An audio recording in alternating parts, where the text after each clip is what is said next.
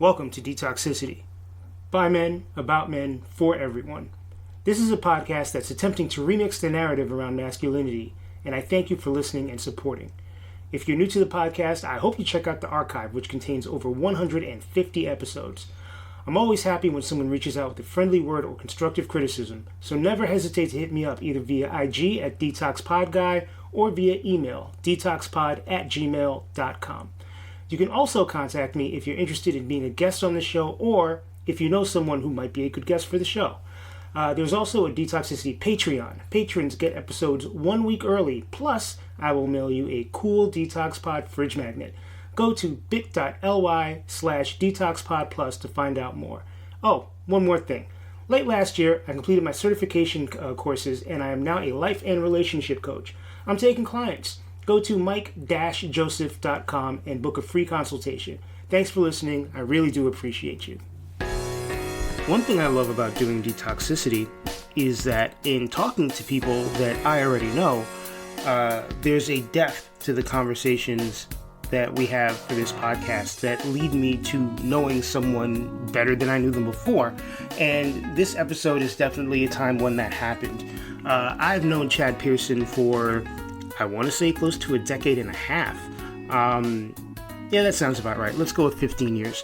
And we know each other through our work in the music industry.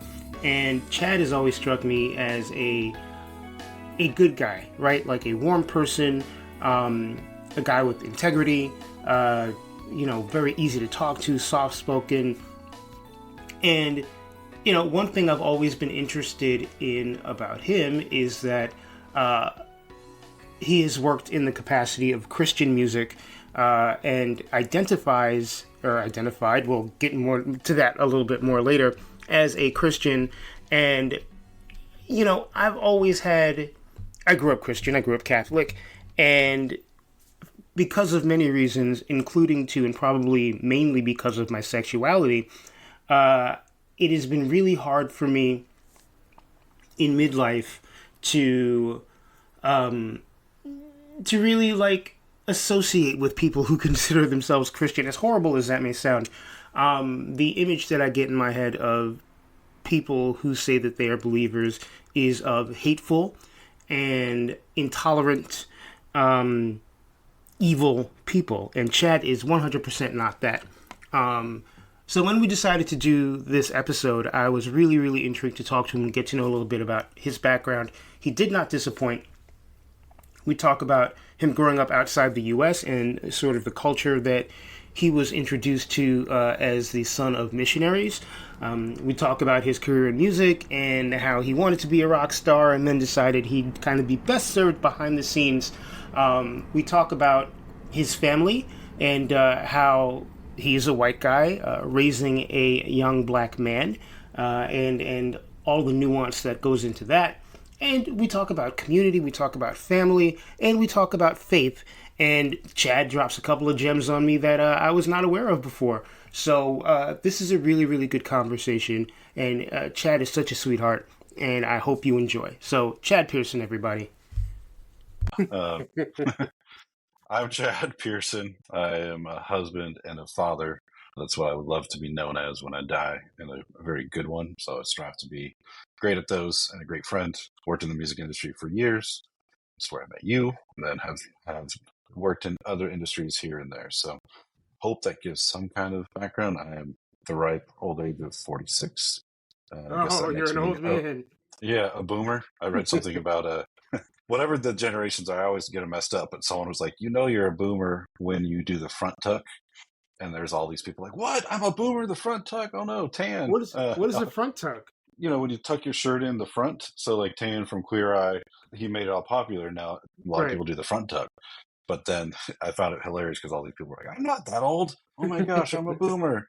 And then there's someone replied like, well, I'm not taking any advice from the generation that brought back Crocs and mullets. So I was like, that is great and true point. Yeah, that is fair. That is absolutely fair. Absolutely fair. You are not a boomer. You're younger than I am, and I'm definitely not a boomer. So yeah, I don't know what I'm classified as. I think I'm in the middle. You are Generation X. Generation X ends at 1981. Gen X. There we go. You're a Gen X person. And 77. I was the 77. So that's okay, you said yeah, 81. But yeah, yeah, 77. you're firmly in Gen X. All right, So sweet. yeah. Good news. Come here for the good news. We'll throw a party afterwards for Yeah, everybody yeah, that's in Generation X. Um, yeah. so one thing that always interested me about you, and I mean, we've known each other now probably like 15 years, something like that, Yeah, it's been a long time. is like how you identify religiously versus being in the music industry. Because the music industry is not like a, the music industry is historically a place of ill repute. Yes. And I knew vaguely about your childhood from other coworkers who know you, Yeah, yeah. but I didn't know about it with any depth. So I'm actually curious to explore that. I mean, you don't know anything different, but your upbringing must have been so interesting. Yeah, I mean, I definitely, you're talking about my parents being missionaries, Yeah. and I was raised in a country called Papua New Guinea, which is the second biggest island in the world. Once Greenland starts melting away, then they'll be the first. And it Got a has geography lesson over, today. yeah, over 800 different languages. Oh, wow. And so that's why my parents, who were missionaries, the mission that they joined was to translate the Bible into all these different languages. So they would go into villages and create a written language, an alphabet, and then translate the Bible and then leave. So they were support workers. So I stayed on a little tiny base. I went to Ukarumpa High School. I spoke, there's a main language that people speak there, which is Melanesian Pidgin. So I grew up speaking that. But yeah, from when I think I was 4 years old until I graduated high school. That was my journey. And then I came to the States in third grade and I came to the States in ninth grade, which the ninth grade stay has a very huge part of my origin story. I was in marching band. I loved music. I was only allowed to listen to Christian music, Hmm. and so when I came to the States, I joined the drum line and I met these two dudes, more than two dudes, but two dudes that I really latched onto, Jeff and Marty, and we would trade cassette tapes. Like I would try to give them the really cool Christian, whatever I thought was cool at the time. And then they would, on the flip side, give me like a Fugazi tape or Minor Threat tape or Sisters of Mercy or whatever. And I think I won in that. Like, here I am trying to give them like Striper, a band called Dig Jesus or whatever. And they're like, it's okay. But yeah, that was my upbringing. It's all I know. It was very small. Everyone knew everybody. Dirt roads. I didn't have to wear shoes until seventh grade. So I have very flat feet. That's a interesting fact about myself. It was just really, really cool. I mean, I enjoyed it, and it's all I kind of, yeah, as you said, all I know. Like when I was in, high school, all I wanted was McDonald's and to be able to go to a show. Now there's no way you can take me to a McDonald's, and much less a show too. It's like, I'm too old for this. So give me, something else. But yeah, yeah. You modify that, right? I had a conversation with somebody about McDonald's not too long ago, where they're like, "Oh yeah, I love McDonald's. I still eat there all the time." I'm like, man, I haven't had a non McNugget thing from McDonald's probably in like 7 or 8 years. And when I was a kid, you couldn't pull me away from like Big Oh Macs. yeah. Oh yeah. I mean, everything. Burger King was the jam too. Right on. But to answer kind of going back to your question, the music industry, like I was always felt like kind of the outsider because of my musical taste. I really gravitated towards heavy music. So in the mission field, like I would listen to Christian thrash or Christian black metal, if there's such a thing, just really heavy bands. I wasn't listening to the Amy Grant or the worship music. It was really like really heavy bands. And then that's when I discovered, thanks to my best friend Zach, Tooth and Nail, which Tooth and Nail had hardcore bands like The Focus and a band called Wish for Eden. I was like, ooh, what's this? So I kind of gravitated towards that, and punk rock bands like The Crucified, who I would still rock today, The Crucified, and some of the other ones maybe not, but it was always on the fringe of that aspect. Like it was okay for me to listen to. I remember getting a cassette or a CD for a band called Sacrament, and they're from Pennsylvania. Their album was called Haunts of Violence, and it had skulls on the front and stuff. And my mom made me go through the lyrics, and we had a Bible study for the lyrics. Oh wow. So that was interesting. Once we went through that, then I could listen to Sacrament. And the funny thing is, and I've told this story before, and I'll tell it again, but instead of having porn under my bed, I would have lyric books for Pearl Jam or Nirvana, and I'd cross off the cuss words in case my parents ever discovered that I was listening to secular music. But I would, like, with the Sharpie, cross off the F word and the S, like anything, just like if they were discovered, it'd be okay, kind of, because I crossed off the bad words. But I would put those CDs in like a Sandy Patty CD case or a Christian CD case so they wouldn't find it, So, yeah, always on the outskirts. So I think,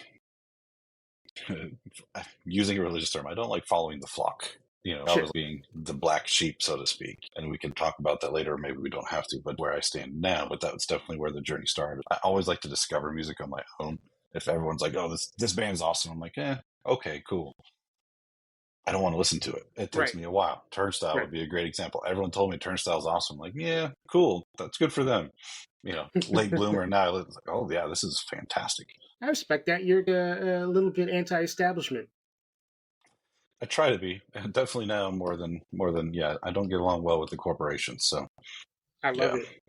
Yeah. So one thing I ask a lot about people who are in the music industry, because like I ended up there, but when I was growing up, I didn't know specific jobs in the music industry. I was oh, I know there's a music industry. There's got to be a way that records are made, but I had no clue what goes on behind the scenes there. So I couldn't imagine a specific job because I didn't know what the jobs were. At what point and how did you decide that you wanted a job in music? Another part of my origin story, right? So when you graduate high school in Papua New Guinea, and I'm sure this is the case, right? You apply for colleges, right? And I believe I got accepted to 3 places. One place was a Christian college in Arkansas, I want to say, or Alabama. Anyways, John Brown University is what it's called. And that's where all the cool kids that, I looked up to, they end up going to John Brown. So I was like, oh, I'll go there too. Okay. Musicians Institute was another one. I think anyone could get accepted to a Musicians Institute just because, so I was a drummer. I'm like, I'm going to be a rock star, right? That was my path. I was the best drummer in Papua New Guinea. It's, a party of one. So it's easy to be the best drummer. I was also the worst. But got accepted there, and then I got accepted to the Art Institute of Seattle for music and video business because they have a class music and video business. So as I was scrolling through my options, John Brown University, I didn't know what I wanted to do besides being a rock band. So that was out. If I knew it was in the South, I'd probably be like, yeah, that's definitely out. Musicians Institute, that was Hollywood. And I've started like with the imposter syndrome, right? Like, am I good enough? I didn't have anyone to compare myself to, right? It was just me and like the kids that are growing up under me. And so I didn't know if I was good enough. So I think I was like, and that's also around the same time, like I told you, my buddy Zach introduced me to Tooth and Nail, which became my dream. It's like, cool, music and video business in Seattle, where my parents had a house in Port Angeles, Washington, which is near Seattle. And I was like, I think I said I'll get a job at Tooth and Nail or I'll be on Tooth and Nail. And I didn't know what that really equated to. And so it was, I will be a rock star. And then I went to my first show at a venue called the Velvet Elvis. And a guy named Jeremy Enoch, who's the singer of Sunny Day, that was like his first solo show, and another guy, Damien Gerardo, they played. And this is my memory. I don't know if it's true. Don't go back and double check me. But the drummer, I swear, was a guy named Matt Johnson, who I became friends with. And he's one of the most incredible drummers I still to this day. One of my favorite. He played, and I was like, once I saw him playing, I was like, if everyone in America plays like this, like I'm out. I got to find a new pathway. So it became from, am I going to be a rock star? Oh, hell no. I'm going to go work in music. I know there's something. I don't know what that is, but I'm going to work at Tooth and Nail. Side note, there was a guy that was a missionary. He became a missionary. He worked at a label called Blonde Vinyl Records, which was a really small Christian, like really on the fringes label. And that kind of opened my eyes to like, oh, there's jobs at record label. They would send him free CDs, £2. I was like, how do you get these free CDs, right? Like, I was like, cool. That's why it was either Rockstar or work at Tooth and Nail. I didn't know what that meant, but that was my pathway. So once I saw Matt Johnson play, I was like, yeah, I am definitely not that great. I can hold down a beat, but I'm not. Yeah, I'll work at Tooth and Nail, in which I ended up working at Tooth and Nail in like 6 months, so it's kind of crazy. Right. And I think that that's in its own way not an atypical person who works in the music business story. Like you come out as a musician and you play some shows and you go to a show and you're like, oh, there's this huge talent pool and I'm kind of not at the top of it. So maybe I'll be adjacent to it as opposed to being directly in it. Totally.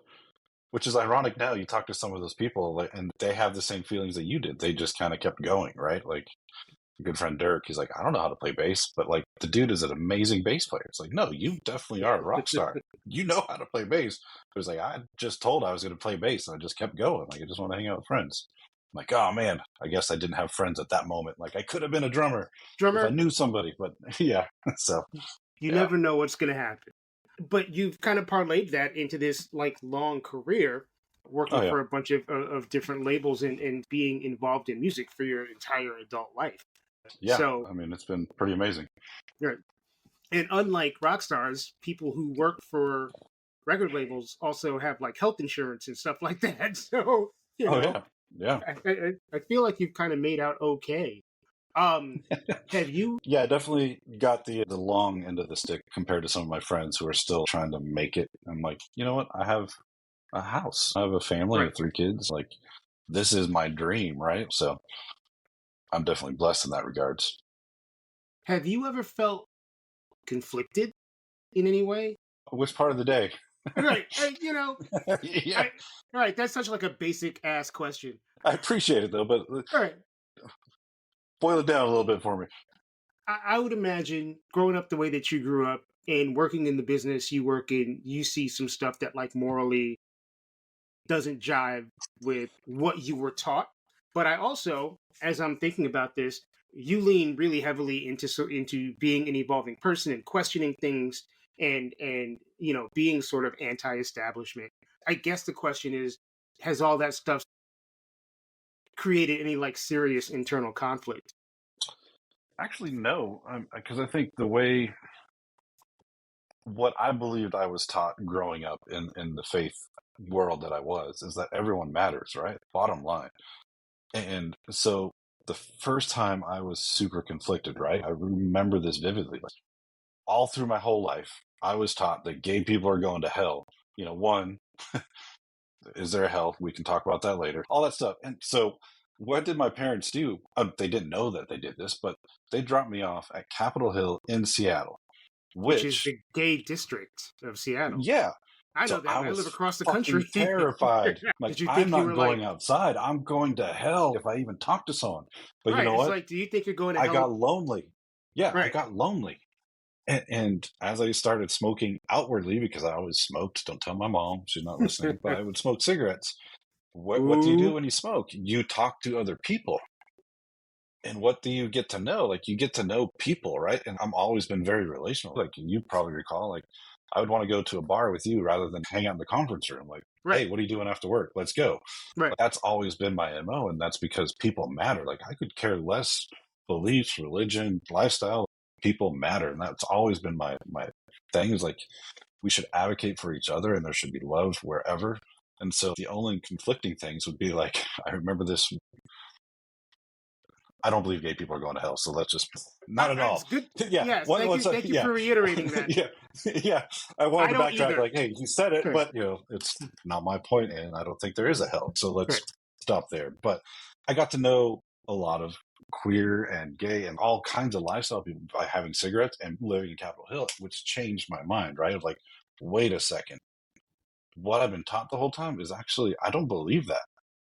And as I worked at Tooth and Nail, there's conflicting things there too. And there was a employee who was in the closet, but everyone knew, and it was like, that's just this guy.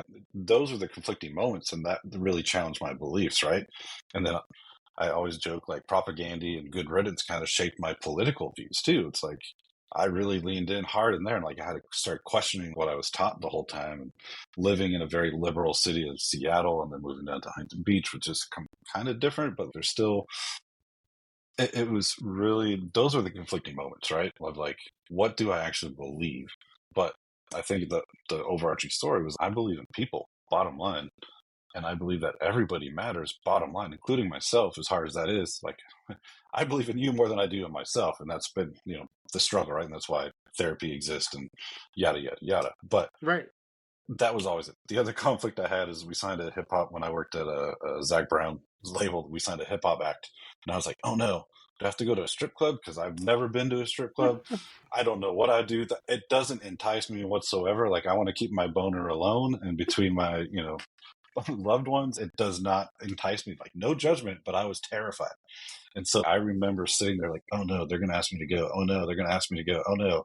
I was like, what are they going to think of me? And I was like, hey, I don't want to go. I was like, cool. And just pass on. It's like, oh, that's all it took. Again, everybody matters. Like people not pushing in the music industry. You see stuff, but it's like, all you got to do is I don't want to be part of that. Or you just turn around and walk away. It's not a big deal, but I think how I was taught, it was like, oh, it's going to be a big deal. It's like, no, it's not.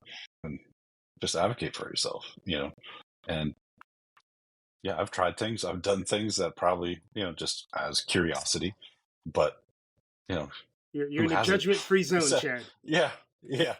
So again, the confliction, I see where you're asking the question, but I don't think it's much of a conflict. I can't say that word now. A conflict to believe that everybody matters and live your life through that lens, regardless of what faith you are, and yeah. So, And I appreciate that. I think part of I grew up in a Catholic household. Members of my family are varying levels of religious. And as I've gotten older, one thing that has sort of poisoned me in a lot of ways against organized religion is the judgment and oh yeah. the blind faith and all of those things that so many people out there think about organized religion are just like, oh, no, no, no, no, no, we don't want that. I had a conversation with my therapist earlier this week, and we had an hour-long conversation about religion and spirituality and kind of broke a lot of things down. And, we're on the same page there, but I do feel that there are people who have these locked in beliefs and don't challenge themselves to think outside of those beliefs. And I would just imagine, you doing what you do for a living, there have been plenty of opportunities for you to have those beliefs challenged. And it sounds like, I can't make a judgment here, but it sounds like you've come out a more open minded, non judgmental human being. And I mean, look, there are two people in my life that I can say are like, Christian that I absolutely respect and care about, and you are one of those two people. Oh wow. Yeah. Well, So thank you. yeah. Yeah. But the little nugget buried in that last monologue you did was you talking about self-esteem a little bit, and you've never struck me as like a not confident person. You kind of struck Oh, me as maybe reserved, observant, quiet, warm, maybe a little shy, but not confident. Like, what is the cause of sort of the self doubt, the lack of self confidence? Where does that come from?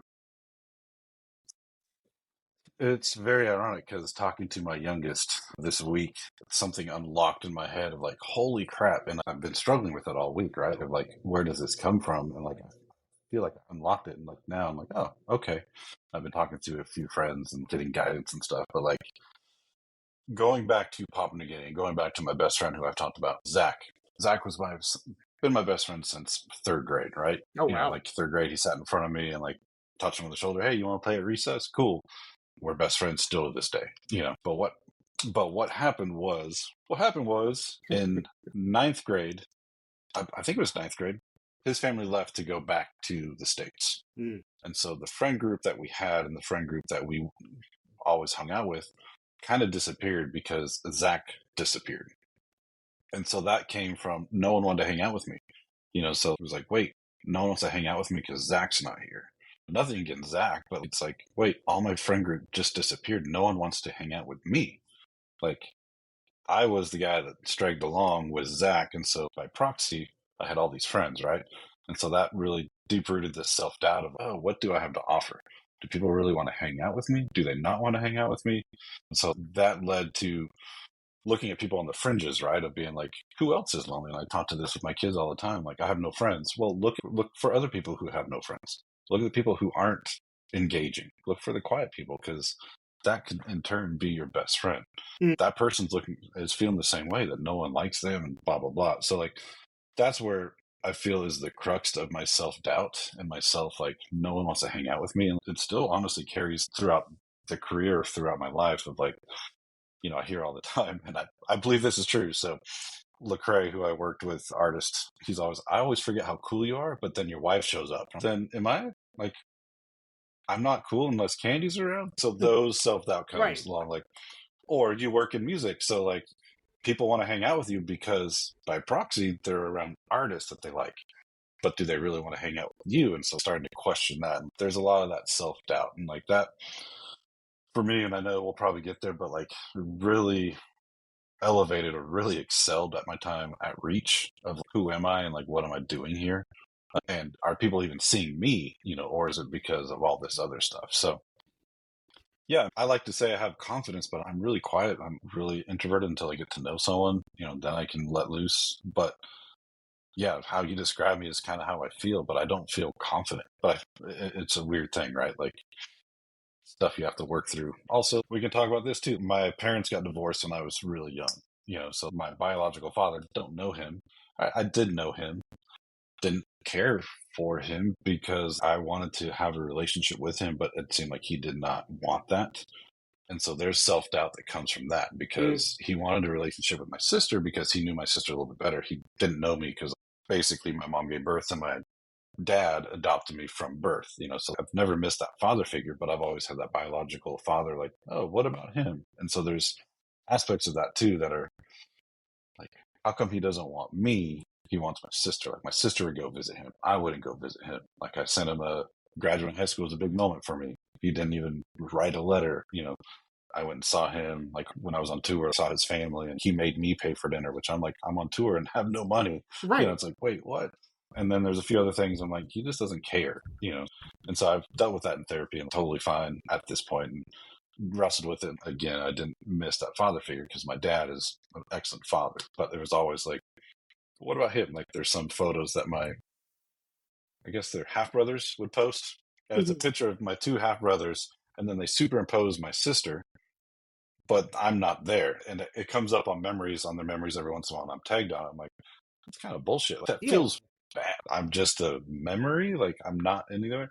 So going back to the self-doubt thing, that's in there. And again, I use the origin story, but that's the crux of it all. Like going, do I matter? And I can see how that would eat at you. I mean, it's my story is a little adjacent, but not exactly the same. Like even if you have a father figure in your early life, and even if they're there from day one, doesn't matter. The Yep. person that gave birth to you or the person that created you is still the person that created you, and not having them there or feeling like they don't want you around is going to affect you. Oh yeah. And it did for a while. And then I had good conversations with my sister and stuff, but there's only so much you can do, right? Like knowing you and knowing your story, it's beautiful that your biological father wanted to get to know you. And I felt like mine just didn't. And so I had to leave that. Like I've made my effort, I've made my due, and so it's like, okay, cool. Right. We'll let that lie. And again, like I'm not missing that love of the father because the love of the father is there 100% all day, every day. But there is that kind of like, as you're saying, there's a connection, obviously. I guess it's science when you get born, but there I is mean, that it's connection, biology. So It's yeah, biology. yeah, Yeah. biology. What brought you to therapy? What brought me to therapy, again, going back to Reach, like there was moments I would drive to work and just not being in a healthy spot. I'd want to drive and start thinking like, what does it feel like to drive into oncoming traffic? Would people notice if I was dead? And like, why am I thinking those thoughts? That's dumb. I have a family who loves me and I have young kids. My wife would be devastated, And so it was kind of like, okay, I need to find something. And my wife has really been a vocal proponent of therapy and counseling and all that stuff. And it was like, I need to go find something. So part of my journey is I found a therapist. And when I went to the church I went to help pay for therapy. Okay. So I found a therapist that they approved of, but she was trash, man. Like I'd go in, like, I want to drive into oncoming traffic. And she would be, Jesus juke me in a way of like, do you know who loves you? Who's the most high? I'm like, yeah, but that's why I'm here, right? Because I want to die, So after like 3 sessions, I'm like, deuces, I'm out, like, Yeah. get me out of here. And then I talked to some other friends, and there's a friend who was like, hey, this guy is actually awesome. You need to go talk to my therapist. So that was great, right? Like among men, it started creeping up in the dialogue of like, hey, Mm-hmm. do you have a therapist? Which is great. And then I talked to other people and they recommended the same guy. So I met with him and like he helped me work out a lot of issues and then COVID hit. But He was great. Like, he didn't Jesus juke me at all, because I told him I don't care about faith based stuff. I have some issues. I want to cry with you. I want to like work out my bullshit. I want you to call me out of my bullshit. And he would always say Right. like, "That's a really funny response, but you didn't answer the question." Like, I'm like, damn it. It's like I But throw that's so humor a lot. important. That's Yeah, so yeah. important. Everybody needs to have a therapist that isn't just gonna like yes man them. Oh yeah, Right? 100%. And Yeah. that's what sucked with the first person. Like, this person did not yes man me at all. Just called me out and gave me tasks, and that's how I worked out my issues with my biological father. Like, hey, what are you going to go do? What's happening? What are the answers you're hoping to get, and what if you don't get those? So when I got those things, and then there's like, okay, well, what do you expect the answer's going to be as well? So there's the hope, there's the expectations, and then there's the real. So kind of walk through all that. The Right. questions. So I remember one of the questions I always remember too is, what do you do for yourself? And if you know anything about the Enneagram, I'm an Enneagram too. So I'm like Barney, like, I'm a happy helper. Do show me what to do. Like, I just want to help. So it's like, Aw. I could care less about myself. But it would be like, what do you do for yourself? I'm like, well, I'm at therapy. This is what I do for myself. And he's like, no, that's bullshit. You're doing this for everyone in your circle, because if you don't do this, you're terrible to be around. It's like, oh, I don't know. I drive to work. I listen to podcasts. So that really kind of honing in on like, hey, you are a person too, Chad, and you do matter. And that's been a journey still to this day of like, okay, what do I like to do? Because as a father and a husband, it's always been like, I have to provide, and then you get so tired that you just fall asleep. So do you have Mm-hmm. hobbies? Do you have friends? It's really hard at this age. So yeah, therapy's great, and definitely recommend it. And I probably should go back. It's just being unemployed is definitely doesn't help. So Right. yeah. I mean, once you're settled back with a job again, I will get on your case. Please So do. And another catalyst to that was a guy named Tadashi, who's still a great friend, artist at Reach. And he's like, you don't go to therapy? Basically judging me. It's like, no, I don't. He's like, dude, it's changed my life. And it's like, again, men talking about therapy started to bubble up, and to the point right. it's like, oh, everyone should have a therapist. Oh, okay. I'll get on that. And I tell everybody as I lead people, like, do you have a therapist? Like, no, you should go to counseling. You should go to therapy. Really? It turns to me like, do you have one? Not right now. Not at the moment. See, what had I'm in happened was transition. Yeah. What happened was, I'm glad to hear that dudes are actually talking. I mean, that's kind of one of my missions is to make sure yeah. that men are talking about this stuff on a regular basis. So it heartens me that in your neck of the woods, in your part of the world, it's destigmatized. Yeah. The first time you walked into that office, like, what was going through your mind? Were you like, all right, I'm comfortable with this? Or were you like, I don't know what's going to happen here? The very first time, I had no idea. And it was like the soft music and like the sound machines and tissue everywhere. And I'm like, ah, shit, am I going to cry? Is that what's about to happen right now? Which, I'm a crier, so it's going to happen, But that was weird. And just like, hey, why are you here? It was a good conversation, but it was very weird to open up to pretty much a stranger at that point. Right. And it takes a second to get into. So like the first three, I feel like, are kind of a wash, because you're trying to get to know someone and trying to, how vulnerable do you want to be, right? And then it's like, okay, this is a safe place. You're trying to establish that safe place. Yeah, it was very strange. And I don't know about anyone else's, but no one was in the room. It's a big, huge waiting room, and I'm just sitting there like, okay. And then you What's sit on this. going to happen? Yeah, What's yeah. my next hour? I'm like, do they at least validate my parking here? What's going on? Am I going to be able to go to work Right. after Right. this? What's happening? But yeah, once I went through that and then walking to the other one, I was a lot more comfortable and a lot more like, all right, just lay it down on the table. Here's what's going on, Right. which is great. Did you figure out what those moments while you were at Reach, those moments of wanting to drive into traffic, did you figure out where that came from or what that was due to? I mean, if you're still friends with people from Reach, it couldn't have been the job. No, it definitely wasn't the job. Like, I look back at the job with a huge fondness, right? There was just key moments, and I think just questioning things over and over and over, being a new dad and raising a new family, and like just that relationship was tough, and trying to figure out, things here and there. And like, I take things really to heart that shouldn't be taken to heart sometimes, and I overanalyze. And so, like, there's days I'd be leaving the house and Not trying to throw Candy under the bus or anything, but there might be some days where Candy didn't say I love you when I walked out the door, and that'd be like, she hates me. Why does she hate me? She doesn't even want me to exist, which she did not say, right? Like, ever. Did not, those words or her actions or anything did not come from her mouth. That just kind of sucked. And I think as you start digging that hole, the hole gets dug deeper and deeper and deeper into a point of like, what the hell am I doing here? And I remember a catalyst for me leaving Reach because I wasn't in a healthy spot. There's a few things, but one was I redid a contract for an artist, and it was very favorable. We gave him back publishing. He got a sizable advance. Like, he signed everything.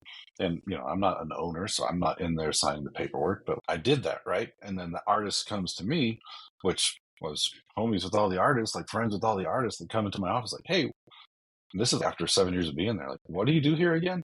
I'm just like, and as an Enneagram 2, my value is what I bring to the table and what I can help you with. Right. And that was just crushing to me. And the dude didn't mean anything by it. He's still a great dude, but that was crushing for me at that time. And I was like, I got to get out of here.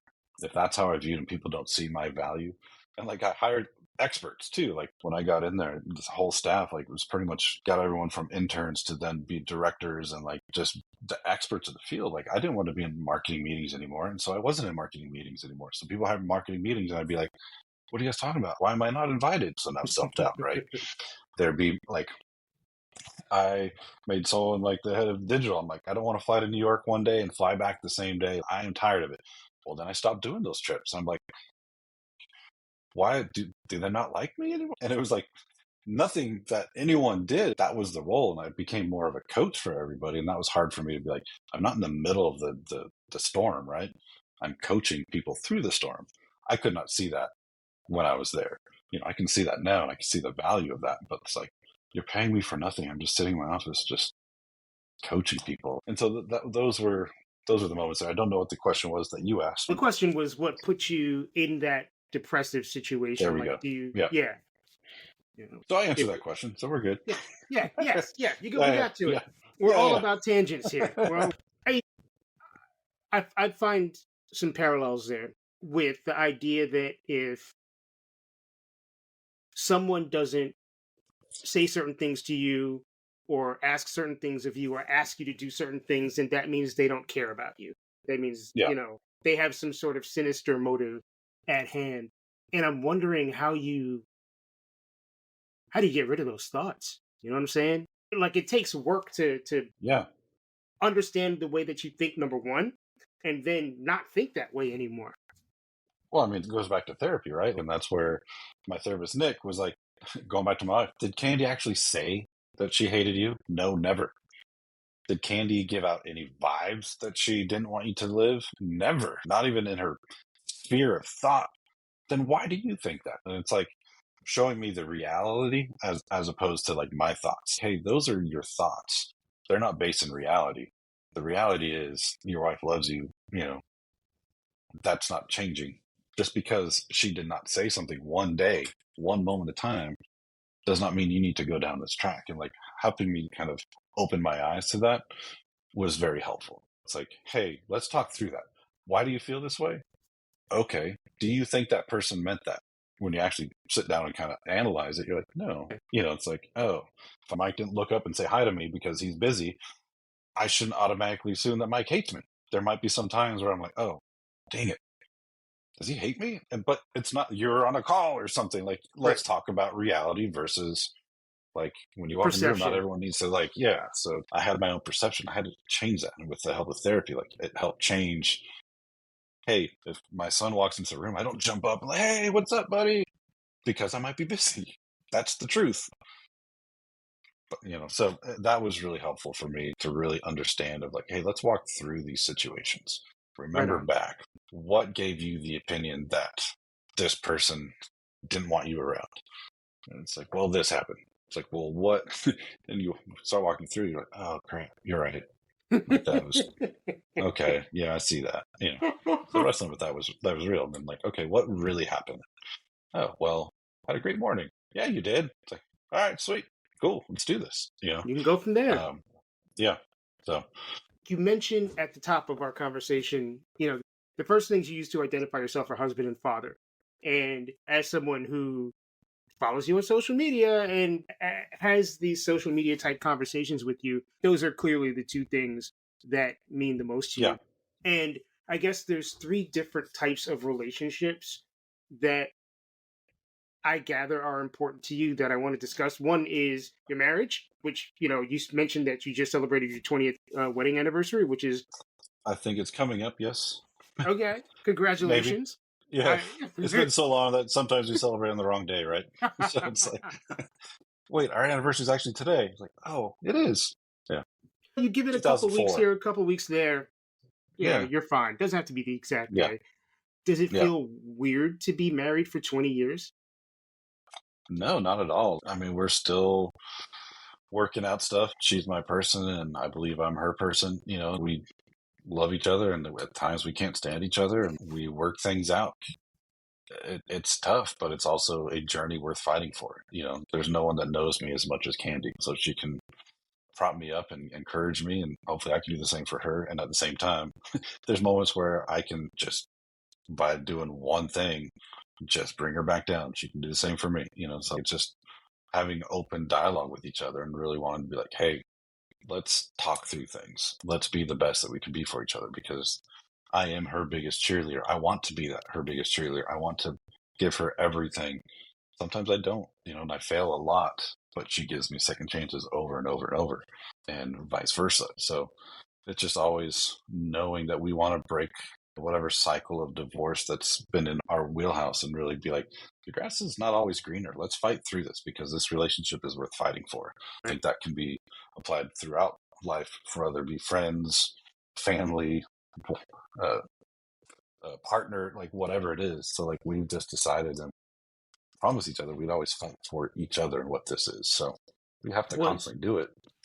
right. Was the level of communication that the two of you have always there? Or was that something that you had to work on?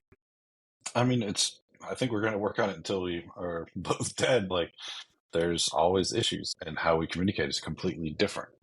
I'm a processor, so it takes me a second to process. Let me think about it, and I'll get back to you. If you want me to give you an answer now, I don't know if I'm going to give the answer that I would give if I had time to think about it and come back to you. And that's really hard when you're in a conversation, right? It's like, well, what are you thinking? Well, I'm thinking that I need time to think. Right.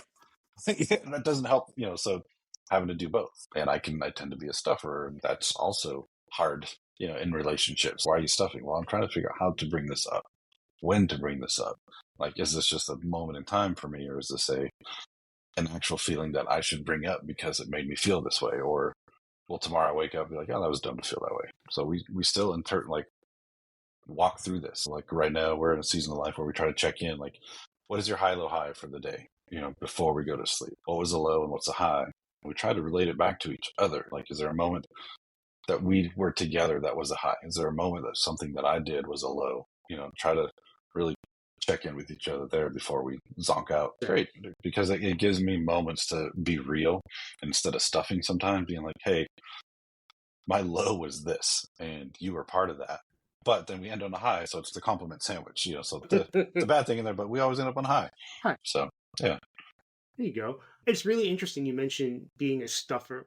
I I wonder sometimes, right? It's like I appreciate the shoot from the hip people, but I think even when I've had shoot from the hip moments, it's been like I shoot from the hip, and then 6 hours later, I'm like, damn, maybe I should have thought Yeah. about that a little more because I would have approached the situation a lot differently. Oh yeah. My best comebacks come in the shower the day after, right? Like, oh, I should have said this. Damn it, that would have been So, awesome. so Yeah. are you going to be replaying this conversation tomorrow and being like, man, should have said this instead of that? I'll probably not, but when the episode comes out, I'll probably listen to it like, oh man, I should have done this. Oh man, this would have been better to say over here. Oh man, why did I say boner twice in this podcast now? It won't be the first time that word has been Yeah, used in this I'm sure. podcast. Yes. I've listened to a Um, few. I definitely know that's yeah. there you go. There you go. And in addition to being a husband, you're a father, and your kids are, I guess, like teenage-ish at this point. We have a 14, a 13, and an 11. That was like a heavy sigh moment right there. I always have to because they're so close in ages. I'm like, I need to get this right, and I'm at the age where I thought I was 47 this whole year, and my son was like, "No, you're 46." I'm like, "Wait, I'm what?" it's like, oh, thanks, I'm younger than I thought. Yay! Welcome to old. Yeah, I don't care anymore. So I always want to make sure I get their age. So yeah, 14, 13, and 11. Right So on. yeah, all the middle school lingo is the best. Yeah, just so I'm good. not even going to ask what that lingo is because I wouldn't know what most of those words mean. I discovered Yeah, Riz recently. yeah. Which is Uh, now is probably old, right? Probably. Yeah. Now you have no Riz because you just discovered Riz. So Exactly. Exactly. And obviously, one unique thing about your kids is that your son is black. yeah, definitely unique.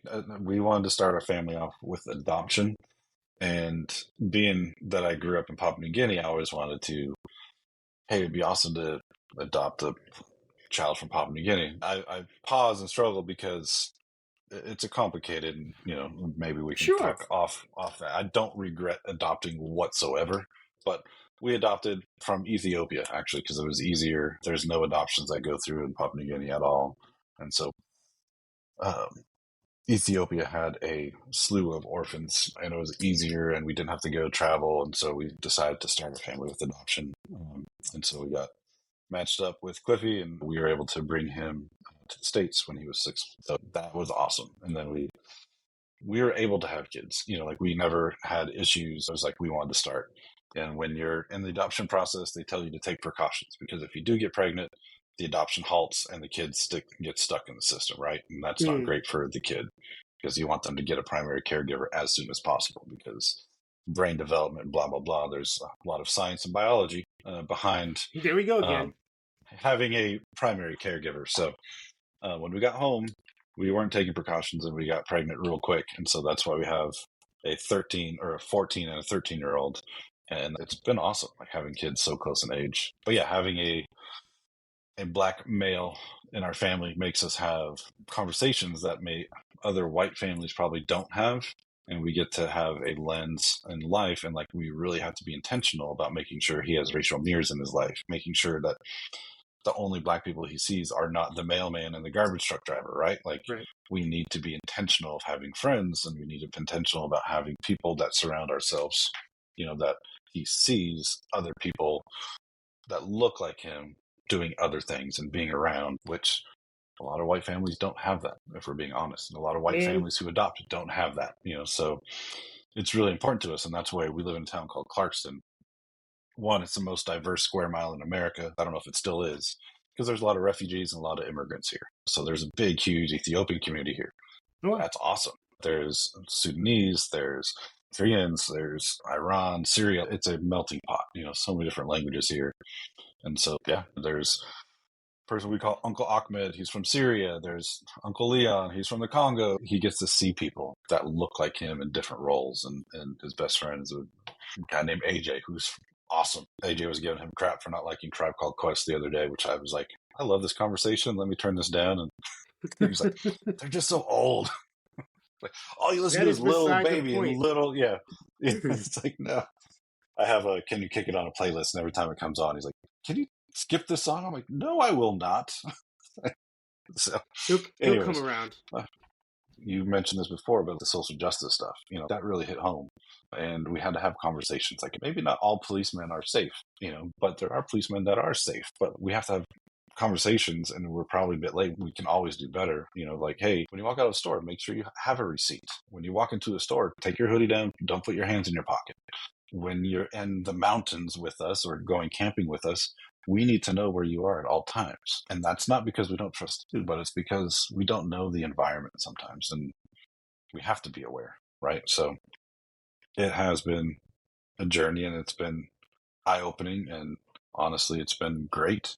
And also at the time, it's been really tearful and really hard.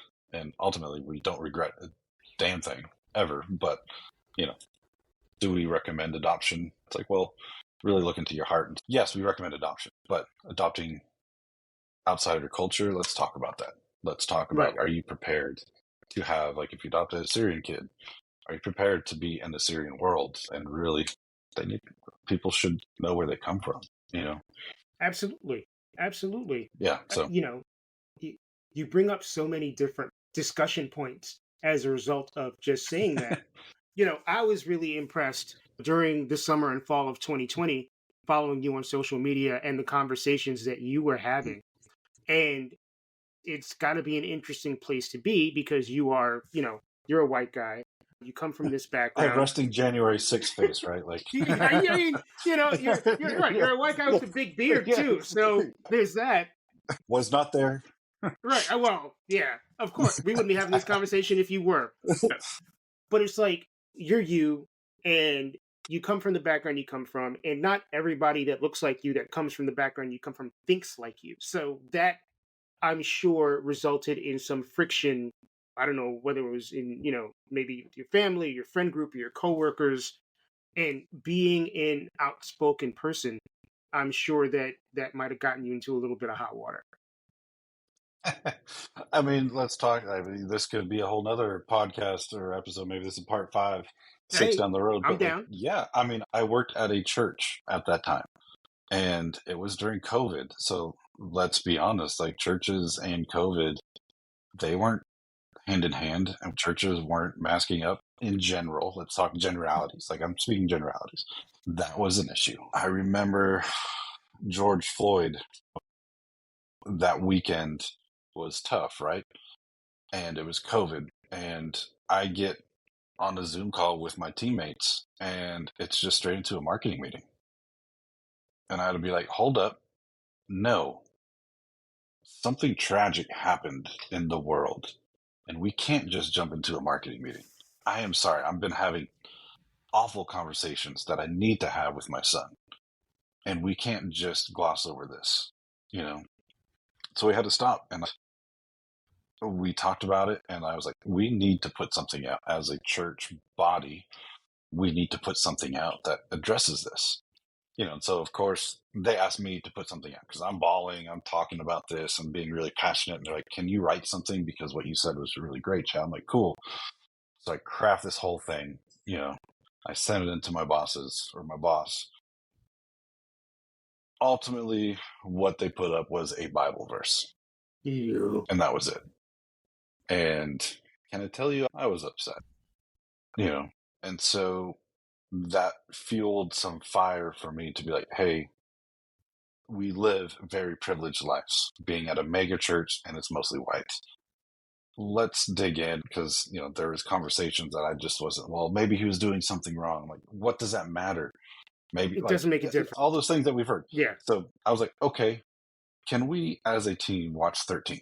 Everyone has a Netflix account, right? Let's watch 13th. And next Monday, let's come back and talk about it. We all watched 13th, very eye opening. And it's not, there's a lot of great things about that documentary that are eye-opening things about that documentary. It's not pro-Democrats, it's not pro-Republicans. So I thought that was a good one to watch. So we watched that and came back, and it was eye-opening. And what I assumed about some, I was completely wrong. I was like, oh, I didn't assume that you were voting for Obama. Like, Obama's the best president. I'm like, I didn't know that you thought that. I thought you were on the other side. Right. So it was great and enlightening. I was like, oh, sweet. Okay, here's homework now. Let's read Just Mercy together. Let's read the book. Let's not watch the movie. And so we would read the book. And that's around the same time Ahmaud Arbery, the tragedy there. Here in Georgia, just things were escalating more and more and more, Right. and it was just terrible. And I'm, on my meetings, I'm wearing like Black Sabbath, Black Lives Matter shirt, like this, that, and the other thing, and being very vocal in that space. And we read Just Mercy, and it's a hard book to read. It's a great book to read, and it's eye-opening for someone who looks like me to read. Of course, they made a movie about it and blah, blah, blah, but the books are always better, right? But the book gets more details, and like my boss watched the movie. He didn't read the book. And it's the same boss who, instead of doing this heartfelt post, put it into Bible verse. And I just started feeling more icky. And the church definitely didn't take a stand. It felt like they tried to take a stand and they got kind of people yelling, so they took it down. And it was just like all these conflicted feelings, And then I had to do the budget for my department. And I was like, oh, we need to do some changes. And that was right around when they're like, all right, we'll come to the office and we'll talk about changes. And they, My boss was then, hey, you're the change that we need to see in the world. No, you're the change. We have to let you go. Oh, And the church as a whole say still to this day that we didn't fire anyone due to budget reasons, but I got fired because of budget reasons. I said, as I left, I will just tell everyone I got fired because of my Black Lives Matter shirt. And my boss said, please don't say that because people will think it's true. That's all I needed to hear. And that's pretty much, and all the sentiments and all the way the church as a whole dealt with the summer of 2020 has embraced Trumpism and Christian nationalism. Like, I don't associate myself. I don't call myself a Christian.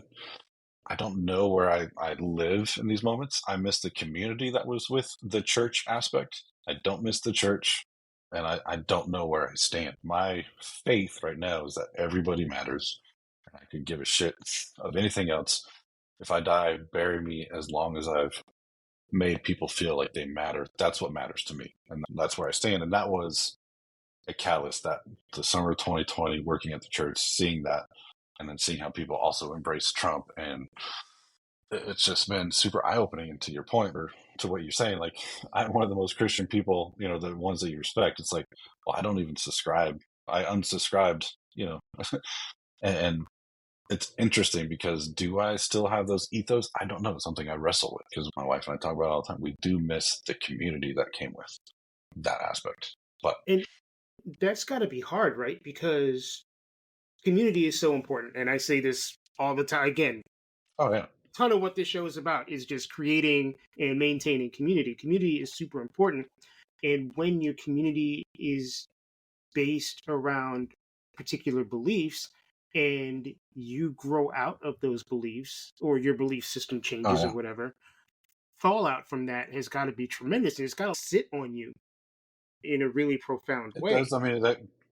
Yeah, I mean that comes from like, do people like me for me or what I gave to the church? I don't know, but the pastor that of the branch of the whatever the franchise that I went to, we were good friends. After I got fired, I really never talked to him again. I would reach out to him. We had some family drama and some family issues, and reached out, and I'd never heard from him. That hurts. And it was like, I have to look at, like, is it because I stopped going to church that my friendship is no longer there? And so, yeah, we've had to create and figure out ways to create community. And it is lonely. Like, you think of, there's numerous examples, like when you move, sometimes it's your church family who helped you move, your Bible study group or whatever. That was my experience. Like, oh, we're going through a tough time. Oh, we'll bring food to you. When you don't have that community, you don't have the community. So now we have to be intentional about creating community elsewhere. It's Eh, like, can we have the church or the community group Bible study, but without the Bible study? Right. That would be great. So it's like, how do we do that? And I've actually tried to do that with, I think I mentioned it to you numerous times, but like my Friday morning group. I read something from a pastor, actually, a guy named Dante Stewart, who I still mess with. He's great. He's a black pastor in North Carolina, South Carolina, but he's written books about like just racism in church and blah blah blah. And he wrote something, and you are a catalyst too of like, hey, I miss people. I miss working from coffee shops, and really, like, since COVID, I don't work out of coffee shops. I'm going back to coffee shops. And he wrote this whole thing of how he never conversed with anyone at the coffee shop, but he was there with the same people all the time. And eventually, when someone was missing for a while, it's like, hey, where did Susie go? What Mm-hmm. happened to Susie? And when Susie came back, people said like, oh, welcome back. It's like became I was like, hey, I missed that too. So I reached out to a bunch of dudes. I'm like, hey, I'm gonna work from this coffee shop at 9:30 on Friday. If you want to work there, sweet. If not, no big deal. But I'm just gonna show up. Didn't think anyone was gonna show up, but eventually we still do it. It's been over a year now. And my group chat has like 15, 16 people. New people are still coming. And to some people, it's the highlight of their week, right? Of just being with other dudes. And it's like, we have people on the same journey, people who've been worship leaders who are like, nah, screw that. It's been a cult. They call it a cult. And we have other people who've never subscribed, or we have some guy, he's a priest. I think he's a priest. I don't know what he does, but he still believes and still subscribes. So everyone's part of their journey. The catalyst is that they all know me. So that's the joke. How do you get part of this? We meet up and we talk about shows. We talk about being dads. We talk about being, some guys are single. We talk about, now 4 of us are unemployed. Like, okay, what did you do? Can you look at my resume? Oh man, have you ever done this? They helped. I got a colonoscopy and a vasectomy back to back, pretty much. Oh, Chad, Yeah, jeez. yeah, yeah, Holy yeah. shit. But when I was talking about it, everyone's like, oh, colonoscopy is great. It's fine. Like, best sleep you've ever gotten. I'm like, oh, help ease my fear. It'll be fine. Here's what you need to do. Just take it easy. It's been really great to have that community with these dudes, and we have dudes that drive like an hour just to hang out. And it's a bunch of random people that just come and show up that haven't known each other and have become friends. And one of the dudes is in a band and his band played and all the dudes showed up. That was a fantastic moment. It's like we all went outside. Half the crowd left because we all went outside just to talk. Right. That's meaningful. That's life-giving. So now I'm searching in for the life-giving aspect of like, that's living life and that's a community I want to live. Now it's like, hey, I really need a job. I need help. I can go to those dudes. So I think that's key, is to find that community somewhere and to really make that a priority, which I've done this season of life for this Fridays, like Fridays at 9:30. There's times where I'm like, I don't want to go. Can't do it. Like, nope, you're going. Then I go and it's like, oh, I really needed that. That was great. Or sometimes I show up and only two of us are there. It's like, that's still good moments. We can talk about Survivor or whatever. Like, it's just good moments to have other people around. So, yeah. Yeah, I mean, that's beautiful. And that, that is church. That is fellowship. That is the meaning behind all of this stuff. Community is, again, like, it's so important. It's important to have people. Like you said, you're unemployed right now, or fun employed, as some of my friends would say. But I don't know if there's fun at this moment of my journey. Fair. But to have a network of people that you can talk to in person, I mean, the internet is great for a lot of reasons, but I don't think anything really beats being able to look in somebody's eyes and to get a hug and do a buckle-to-buckle hug. That's meaningful. Like, let's do that. Yes. I have all these stats in my head because I just came back from doing a workshop for men. And it's just like men are communication starved, they're touch starved, all of this stuff. So you creating this community is just doing real work, not only for yourself, but for everybody around you who might not have the organizational capacity or the stick-to-itiveness or whatever to make that happen. Yeah. So you're doing great stuff. Yeah, it's been great. And just going back to the Enneagram too, like a happy helper, when I see how much it means to other people, like some of the dudes will go to Candy and be like, dude, this has been a game changer. Like, this is awesome. Thank you. Tell Chad, thank you. I don't do it for an ego boost, but it definitely helps. But those are the moments like, oh my gosh. One guy was like, it's rare to find new friends in this day and age, in this stage of life we are. And I found new friends, and we're all from different walks of life, but we're all connected. So it's been fantastic. And I encourage everyone just to be like, hey, I'm going to work at this coffee shop. And we have dudes in our group chat that never show up, but they're still involved. Doors always open, like, dude, if you want to come hang out, there's no invite, although you probably need an invite to know that we're going. But like, come on in, be with us near somebody, sitting at a bar, sitting at a coffee shop, or sitting with each other, next to net, buckle to buckle, whatever it is. Nothing can replace that. That's joy, and that's what we need, Another thing I love about these conversations sometimes is that when they end, you kind of sit there and you're like, damn, this conversation could have lasted another 2 or 3 hours. And I think if it wasn't for the fact that I had to eat and Chad also had to eat and had family stuff, we could have talked until the cows came home. Thank you, Chad, for such an engaging conversation. Thank you so much for being the person that you are. I greatly appreciate you. Chad's looking for work, y'all. So if you are listening to this and you work in the music industry and you know of any positions available, get at Chad or get at me and I'll get at Chad. You can find Chad on Instagram at Chad Pearson, ChadPearson. And once again, Chad, thank you so much for being on the show, and hope to have you back. Thank you for listening to Detoxicity. I hope you found this particular episode interesting. And if you are new, I hope you go back and listen to all of the older episodes. Once again, my name is Mike Joseph. I am the host and producer of this show. And there are a lot of things that you can do to continue to support our mission, continue to support this podcast. Follow me on social media. I am on Instagram, Twitter, and I'm on TikTok as DetoxPod Guy.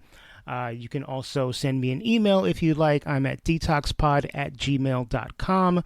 I am always on the hunt for people with interesting, inspirational, and powerful stories. So if you know somebody who fits that bill, or if you yourself fit that bill, please don't hesitate to drop me a line via email or via social media.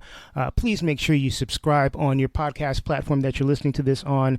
Rate, comment, help a brother out, help us move up in the rankings. Follow me on social media. Like I said, follow our Patreon, or subscribe to my Patreon, actually. Patreon.com/detoxicitypod. You get access to exclusive episodes. You get episodes a little earlier than the general public. You get a cool ass sticker, lots of stuff. Once again, patreon.com/detoxicitypod. Quick shout out to Calvin Williams for providing the music and doing his magic on the logo, which was originally designed by Jacob Block. I thank you all for listening. I wish you all the best. Please take care of each other. Till next time, peace.